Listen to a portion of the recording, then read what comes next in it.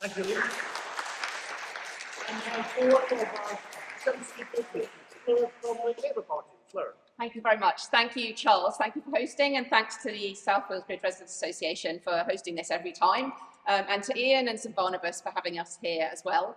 Thank you to everyone who voted for me 4.5 years ago. Putney was the only Labour gain in that election, so we became a bit famous for a while. And thank you to everyone who's worked with me on the campaigns that I've run together with our community for 4.5 years, 4.5 very turbulent years, through many ups and downs, but I've been there with so many of you, whether you voted for me or not, and thank you for that support. It has been an honour, real honour, to serve our community in that time, and to be Shadow Paymaster General and now Shadow Minister for Northern Ireland. And I'm glad that you're here tonight to take the choice of who you vote for very seriously. No matter what the polls say, it's not decided until you start voting. So a bit about me. I'm a vicar's daughter, grew up in the countryside, came to London after university, and I've lived here in Wandsworth for 30 years, bringing up my 4 children, who are now older, young adults. One's doing A-levels, finishes tomorrow, and now a little granddaughter as well. I started getting involved locally when the council came to close down our local children's centre, and then after a while I became a local councillor. Just got more and more involved in things that really matter to me and my family and to our community around us. And I ran a community centre in Battersea before I became an MP, the Catherine Lowe settlement. And my career was 25 years in international development, including time in Bosnia during the war, and working on global development with WaterAid, CAFOD, Christian Aid and Oxfam. And I've been a campaigning and hard-working MP. I've spoken in Parliament 657 times for you. I've asked 1,277 parliamentary questions, and I've done over 34,000 pieces of constituency casework, standing up for local people all the time. In those 4 years, the Conservatives have led us into increasing chaos, a revolving door of prime ministers and ministers, but no answers to fixing the economy, the border security, the NHS, housing or the skills development we need in our country. I've been a campaigning MP. I've saved Queen Mary's Hospital when the urgent treatment centre was closed down during COVID and wasn't going to be opened. I've campaigned on cladding with many local residents, on saving the 14 and 74 bus routes, on the allotments on Granville Road. We took on the developer and we won, to cut crime and for safety of women and girls on our streets around here particularly. For plastic in wet wipes, I won the campaign there for the environment. On mould in homes, which is a big issue locally, I've been campaigning. And on Hammersmith Bridge, and most recently, taking on the All England Tennis Club, and I'm sure there'll be questions about that. But most of all, campaigning for the best opportunities for all of us to live happy and healthy lives. I look forward to your questions. Thank you very much.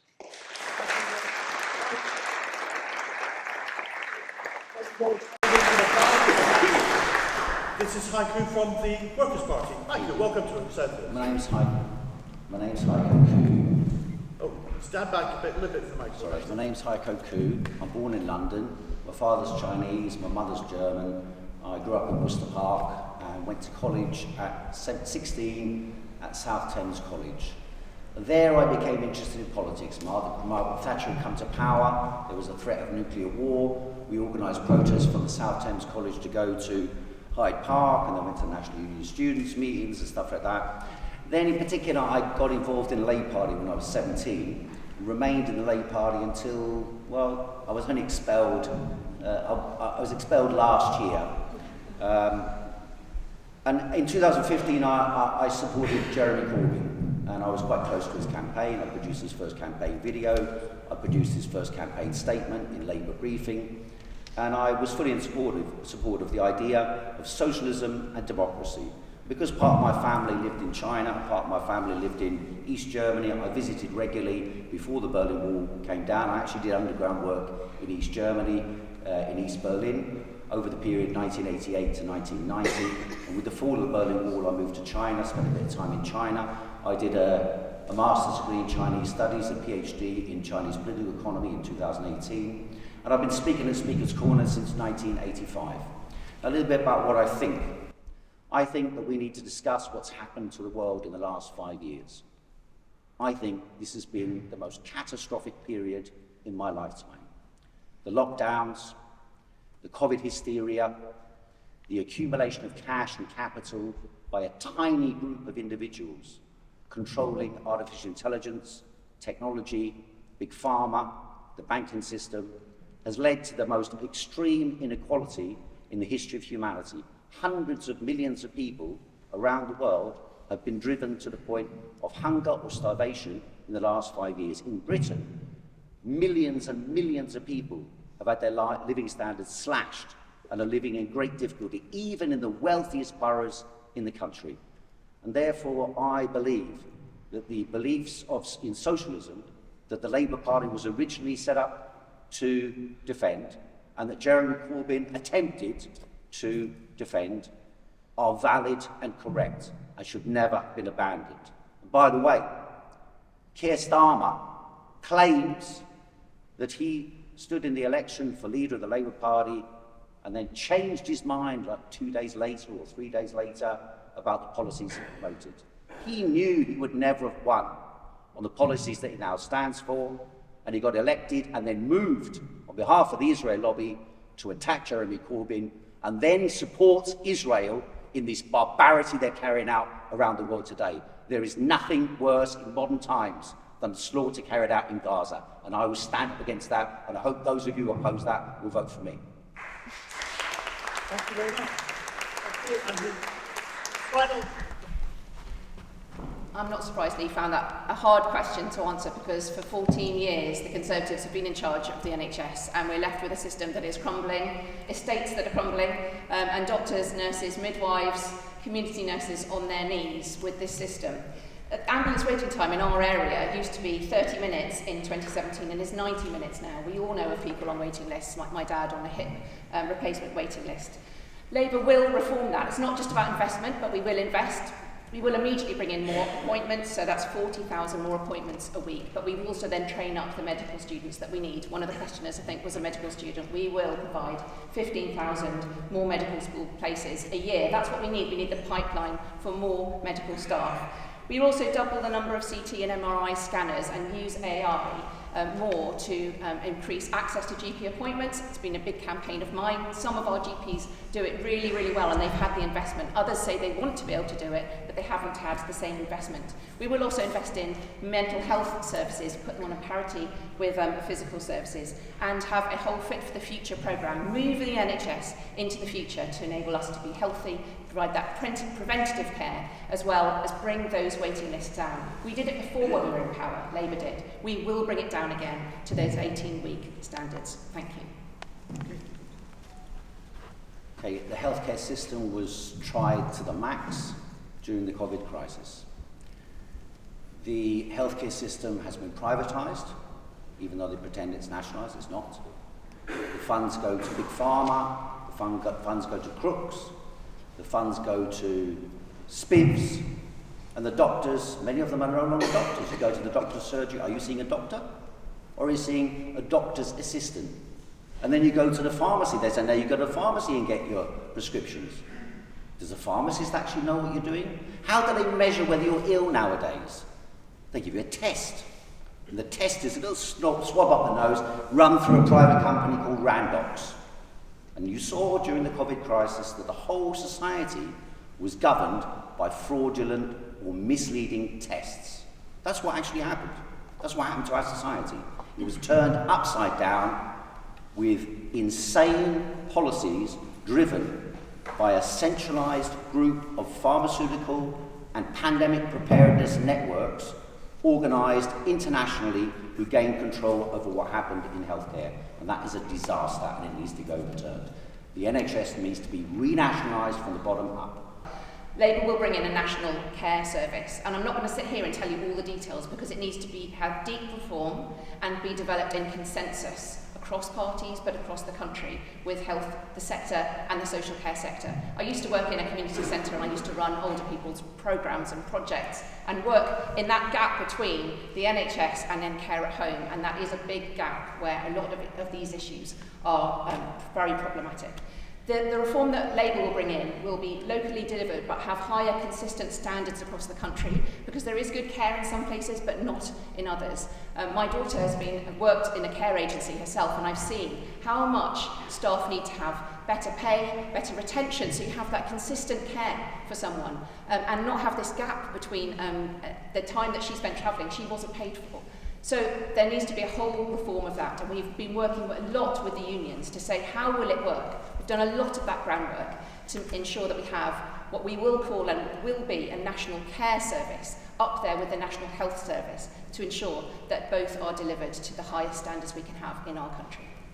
Thank you. And now we move on to Heiko. Sorry to bang on about what's been happening, but I think to understand where we're going to go, we have to understand where we've just been. And a lot of people are still in shock and denial about what's been happening to our society.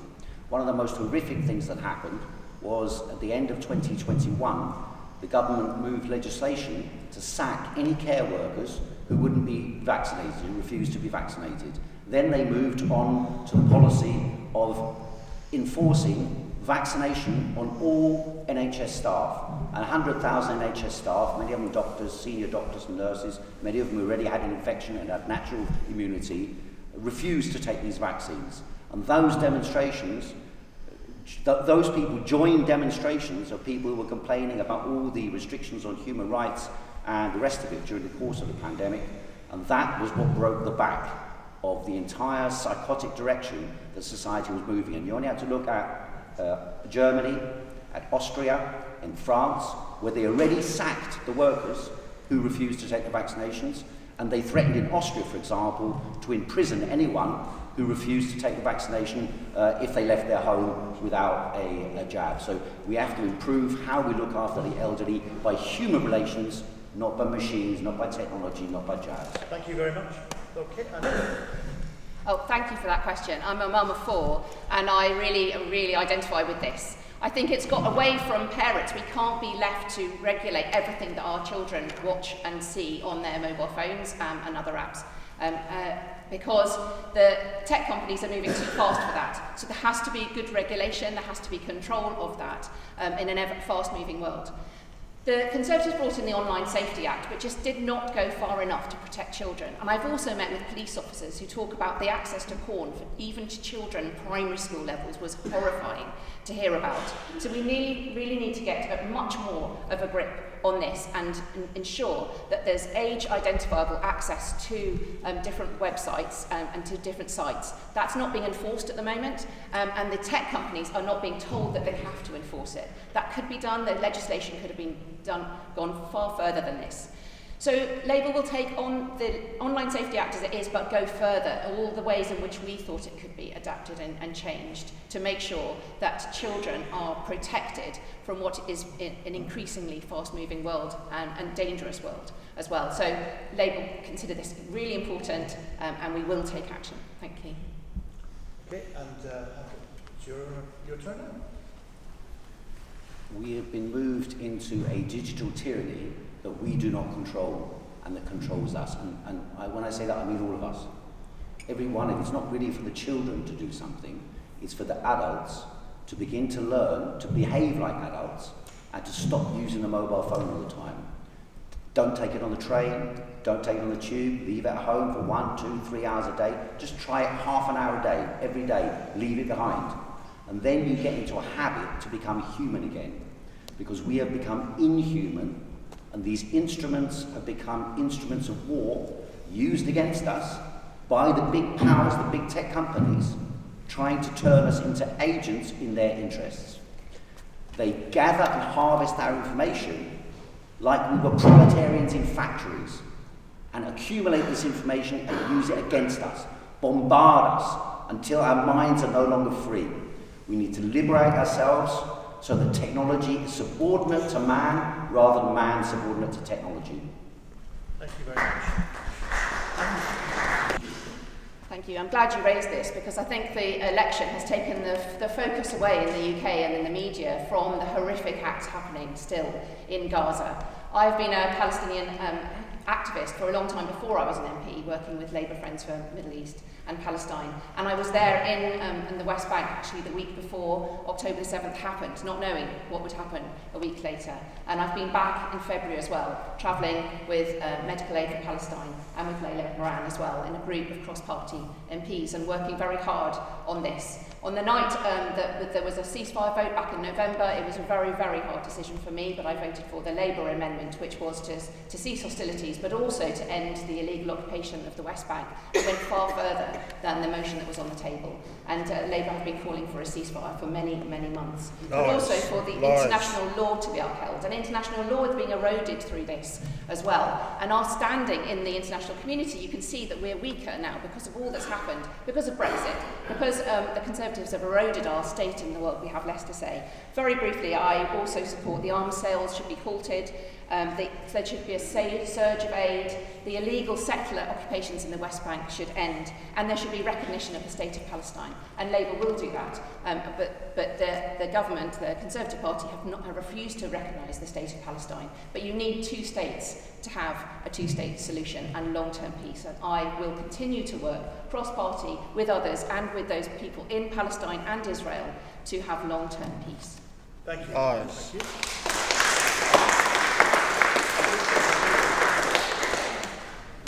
In the 1980s, I worked with people fighting against apartheid. South Africans would come to London, we'd take them round to visit on demonstrations and events, and Nelson Mandela said that Israel is an apartheid state. And in many ways, it's worse than South Africa, because the South African's apartheid state needed the cheap labour, whereas Israel does not require the cheap labour. So they've basically created concentration camps, open concentration camps, and now they're bombing the people there and slaughtering them. And when October the 7th happened, it wasn't out of the blue. This has come right back to the Nakba in 1947. The Israelis have been occupying land, seizing land, driving the people out, slaughtering them, imprisoning them, mistreating them, and barbarically treating them as unequals. And there is no, in my opinion, there is no two-state solution. There is one state solution, and that is that the Palestinians and Israelis, or the Palestinians and the Jews, live as equals with each other. As equals with each other.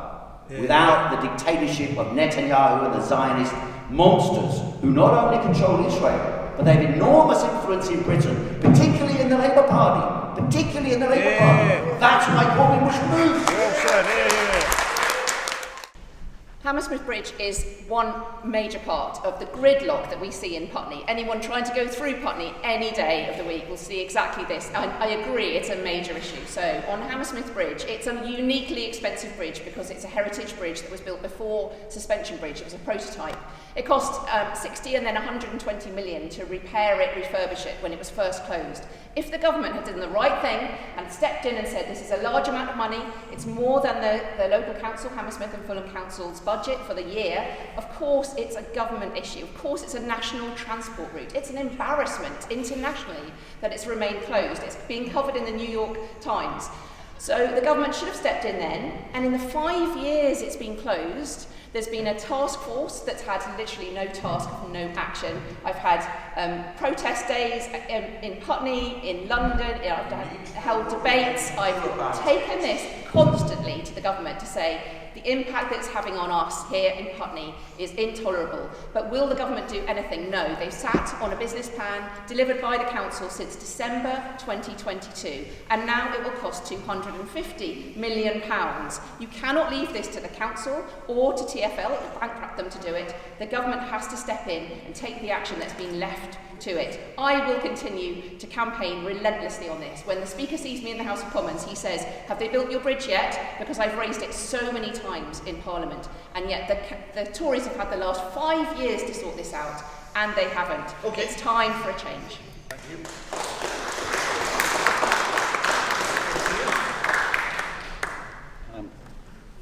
Hammersmith, I mean, it's farcical. You could build a bridge on the side of Hammersmith Bridge within a few weeks. If the army wants to build a bridge to cross a river, they'll build a bridge. They did that even in the Second World War. So the idea that we can't build the most elementary infrastructure is illustrative of the paralysis within government that is entirely in hock to big business interests who want to squeeze for money, or who want to squeeze the officials for money. As far as the traffic is concerned, remove the restrictions on the speed on traffic to 30 miles an hour from 20 miles an hour. This is insane. The whole city, I go in second gear in my car, all around the city.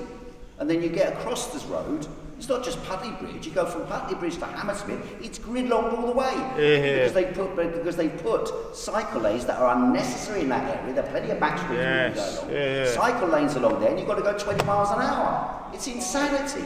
And therefore what's happened is that the whole city's been governed by, this is where we're going to disagree, by a greenwashing lobby utilising a campaign against cars and petrol cars and diesel cars, which can easily fit catalytic converters, in order to promote new industries where they're making billions and billions out, like electric cars and so on.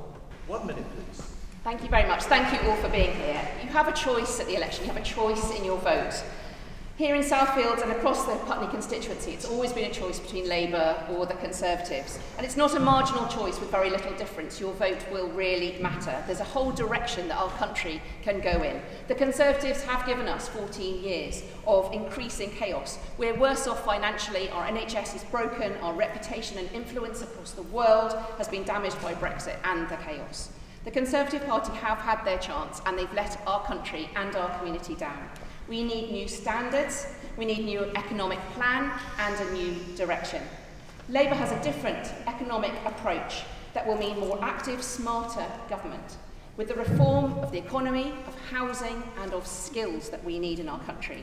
Labour have a costed and credible plan. Do go and read the manifesto. For 10 years of national renewal, a very different way of approaching government. I will keep campaigning with you to save our park, our shops and our NHS. I will be honoured if you can vote for me and give me the opportunity to continue to serve you. Thank you.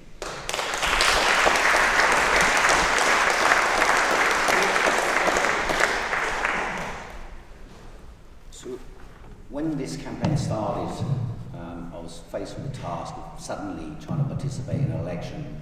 I never stood for election for Parliament before, and then encountered all the problems. One of the problems was that we weren't able to get rooms. There were a couple of hustings organised, but otherwise we weren't able to. So I got together with some other people and managed to, by hook or by crook, to book rooms over the next 2 weeks. So this was an enormously difficult thing to do, because basically the services, the facilities have been, at most schools, the renting out of facilities has been privatised. And therefore you've got to go in circles and sort of order the book in the room and then turn around to them afterwards and say, oh, actually, it's for election and we're allowed to get it for free. And that's the only way you're going to get these rooms. And so we have got now these elections, you might have seen the leaflet here for the elections debates, to facilitate democratic debate like we're having tonight is what I'm standing for. And I wouldn't just stop that come election day. I would mobilise democratic debate about all issues throughout the period I was in office.